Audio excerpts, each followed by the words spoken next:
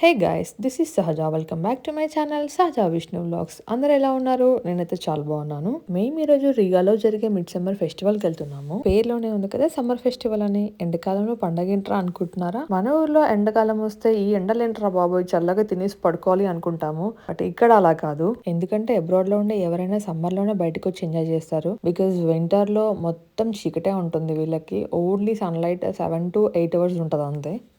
When it comes to Latvian midsummer day వీళ్ళు June 24th కి celebrate చేశారు. Mid summer day speciality ఏంటంటే ఆ రోజు డే లైట్ 24 hours ఉంటది అని అంటారు. బట్ ఇక్కడ సమ్మర్ లో అసలు చీకటే అవ్వదు. 17 to 18 hours డే లైటే ఉంటుంది. ఇక్కడైతే నైట్ 11 కి కూడా ఏదో డే లో ఉన్నట్టే అనిపిస్తుంది. క్రేజీ థింగ్ ఏంటంటే సమ్మర్ మొత్తం చీకటి అవ్వదు, వింటర్ మొత్తం వెలుగు రాదు. వీళ్ళకి ఒక బిలీఫ్ ఉంది. ఈ రోజు పెళ్లి కాని అమ్మాయిలు ఎవరైనా ఉంటే 7 types ఆఫ్ ఫ్లవర్స్ తీసుకెళ్లి నైట్ పిల్లో కింద పెట్టుకొని పడుకుంటే కలలో వాళ్ళకి ఫ్యూచర్ హస్బెండ్ కనిపిస్తాడంట. ఇదేదో డిఫరెంట్ గా ఉంది కదా.